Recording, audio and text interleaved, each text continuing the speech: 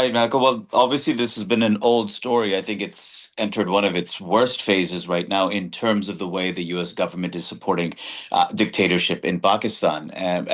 First and foremost, that's beyond the general humanitarian impulse to address these issues anywhere in the world.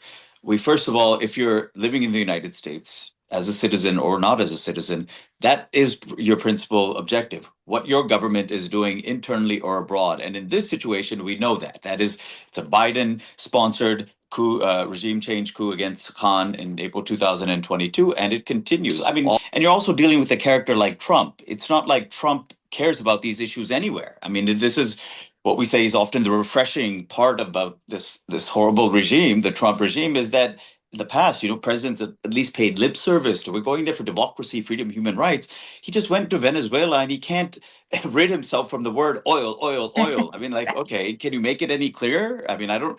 George Bush was a war criminal, but I don't think he said we're going in Iraq for their oil. It's all about democracy and freedom. So this is the other problem we confront right now. We're also dealing with a U.S. government which doesn't even make pretense to these issues anymore, which makes it even more imperative that civil society to civil society, people to people, and I go back, and it's a good way that I can at least give credit to Code Pink in my own kind of activism. So I was based in Pakistan. I was based in Lums, and I remember. Sure, Code Pink remembers when they came in 2012 in solidarity with the anti-drone campaign led by Imran Khan, and we had done some work on campus. We had hosted them, and in fact, it was through that because I already knew folks in Code Pink, especially Medea Benjamin, and we had hosted them. It was actually through that I actually then engaged Imran Khan.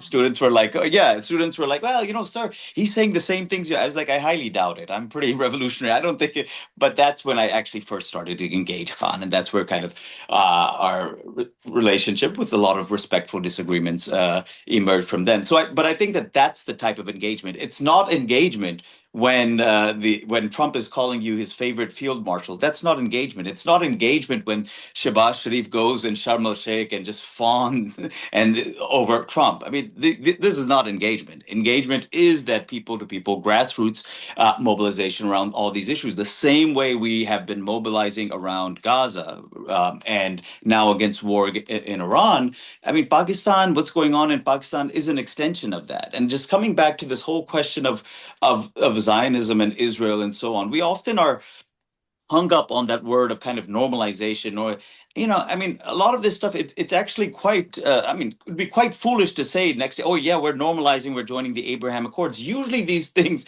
it's done through discretion. So even though I do think that there are a lot of impulses right now that are, that in the past, they weren't as present there in terms of, oh, Saudi soon getting on board the Abraham Accords, etc. Right now, there's that enthusiasm has gone for just very understandable reasons.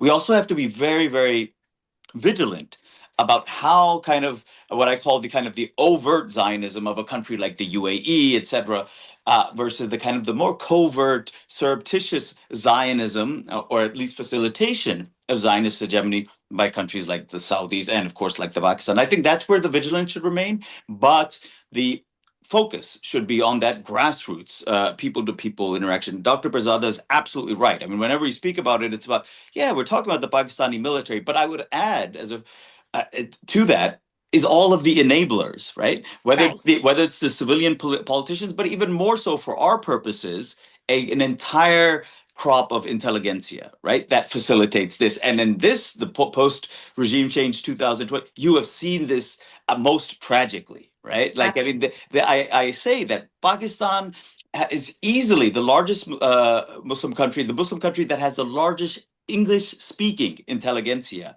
Where have they been? If they spoke more, New York Times would be on this. Okay, everyone, but New York Times is really interesting. And I think it represents the kind of the conundrum during this period. And that is New York Times knows how unpopular that regime is and knows what the Pakistani American sentiment is. So it's not going to praise it, but it's not going to criticize it either. That's kind of, I'm sure Dr. Prasad, that's how it's floated these past couple of years. Don't touch it, right? Don't touch it. And that has led the way. So I think that we have to kind of continue that. And I think we have to learn from our mistakes as well in terms of Pakistani American, what has worked, what has not worked. Only the lobbying of Congress, very important, but how do we actually engage in popular education on this thing? The exact thing that allowed Trump to get away with